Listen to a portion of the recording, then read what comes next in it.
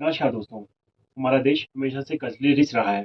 इस मिट्टी ने बड़े बड़े संत, महापुरुष और थिंकर्स को जन्म दिया है।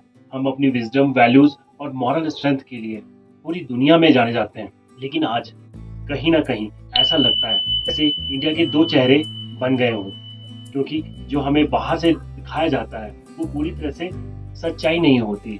हर जगह लिखा है बेटी बचाओ बेटी पढ़ाओ, लेकिन रियलिटी ये है ही नहीं। जहाँ ये स्लोगन है वहाँ दूसरी तरफ बेटियां हमारे देश में कई हिस्सों में सुरक्षित नहीं है। एक डाटा के अकॉर्डिंग इंडिया में हर दिन 90 से ज्यादा रेप केसेस रिपोर्ट होते हैं। सोचिए, हमारे सोसाइटी के कुछ लोग so called socialist, social workers, यहाँ तक कि लीडर्स कभी कभी क्राइम करते पकड़े जाते हैं।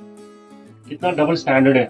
ये जो लोग सोशल वर्कर्स हैं, जो समाज के सुधार की बात करते हैं, वही इन गलत कामों में लिप्त हैं। अब अगर हम एजुकेशन के फील्ड में आए, एजुकेशन के फील्ड में जो टीचर्स हैं बहुत बड़ी बड़ी मॉरल की बातें करते हैं, ये उनका पॉजिटिव चेहरा है।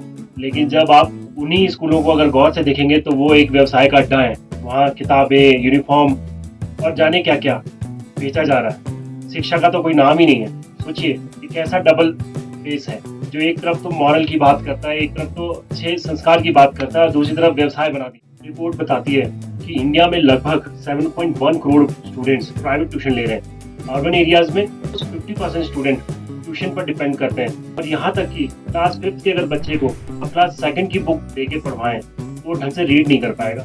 सोचिए कितना डबल स्टैंडर्ड है। इसी तरह से अगर हम इंडिया के सिविक सेंस की बात करें, बहुत सारे एरियाज में देखा गया है कि लोग अपने घर को तो साफ सुथरा रखते हैं, लेकिन जब बात आती है स्ट्रीट्स की, बात आती है जब सोसाइटी की, तो ये सिविक सेंस लोगों का जीरो हो जाता है। लोग कहते हैं कि ये तो हमारा काम नहीं है। अच्छे से अच्छा एजुकेटेड बंदा जो है आपको रोड पे, हाईवे पे गंदगी करता हुआ मिल जाएगा। है ना डबल स्टैंडर्ड। कैसे कोई बात करेगा स्वच्छ भारत अभियान की, लेकिन जब बात खुद के रिस्पॉन्सिबिलिटीज की आएगी तो वो दरकिनार करके निकल जाएगा। ऐसा भारत में होता है। स्वच्छ भारत अभियान के नाम पे लोग सेल्फी और झाड़ू लेके फोटोज खिंचवा लेते हैं, बट जब रियल कंट्रीब्यूशन की जरूरत होती है तो लोग टाइम नहीं बोलकर निकल जाते हैं। सोचिए, है कि नहीं डबल स्टैंडर्ड। इंडिया में लगभग 1.5 lakh ton solid waste generate होता है, जिसमें से लगभग 30 से 40% प्रोसेस ही नहीं होता है। और ये सिर्फ हमारी गैर जिम्मेदारी की वजह से होता है। क्यों? क्योंकि हम जो है गार्बेज का सही डिस्पोजल नहीं करते।